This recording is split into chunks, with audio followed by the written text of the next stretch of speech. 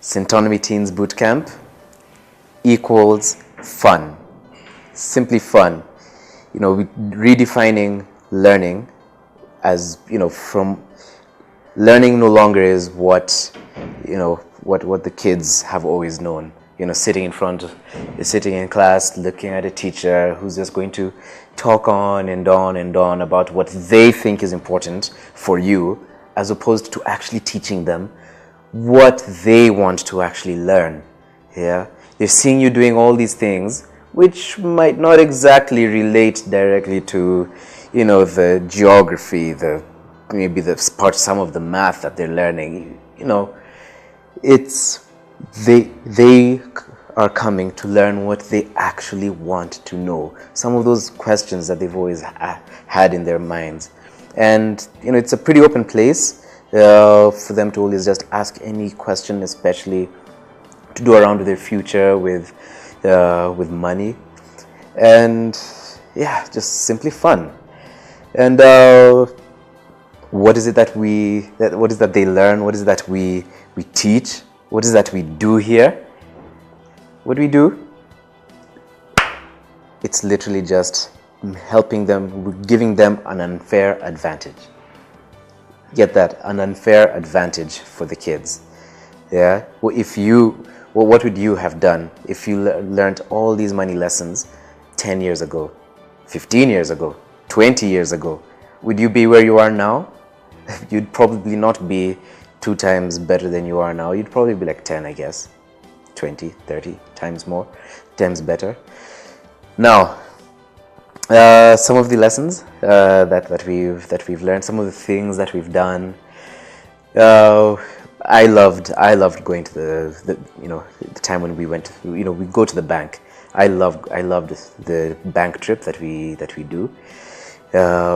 One great thing, the kids get to feel what 1,000,000 shillings feels like. Yeah, they hold 1,000,000 shillings physically in their hands. Yeah, it just gives you that. It just changes the ball game. Once you know what 1,000,000 shillings looks like, you're like, I can actually get 2 million, 2 million, 3 million. Why not 50? Why not 100? What's to stop me from anything higher than that anyway? Yeah, so that's been a great experience. Another one, we also teach them, one big takeout is always to stop adding. Yeah, let me not say stop adding, but not to focus on adding, but to focus on multiplying. And the way we usually add in our daily lives is by, exchanging our time for money. Go give a month's worth of work, and you get paid at the end of that month. It is usually hard to avoid that, especially in the beginning. But one thing we do teach them is now to try and save as much as you possibly can once you are actually earning that cash, once you are getting that money. But what's the point of saving for just the sake of saving? Yeah? Is it just to feel good? It's not. You need to take, and I'm sure that's the question that they always ask themselves. You're telling me to save, but why? Why should I save? Just save? We teach them to multiply that money, to take that money that they've saved up and, make it grow. Let's say they do manage to save up 100 shillings. They can go buy a t-shirt. Buy that t-shirt, clean it up, sell it for 200 shillings.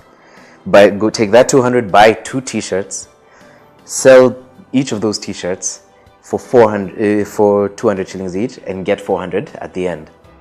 What will happen? How many times do they have to do that and for them to get to more than 1,000,000 shillings? Yeah, and these are some of the principles that we teach them, to focus on multiplying and not on adding. Yeah, you add so that you can save, so that you can use that to multiply.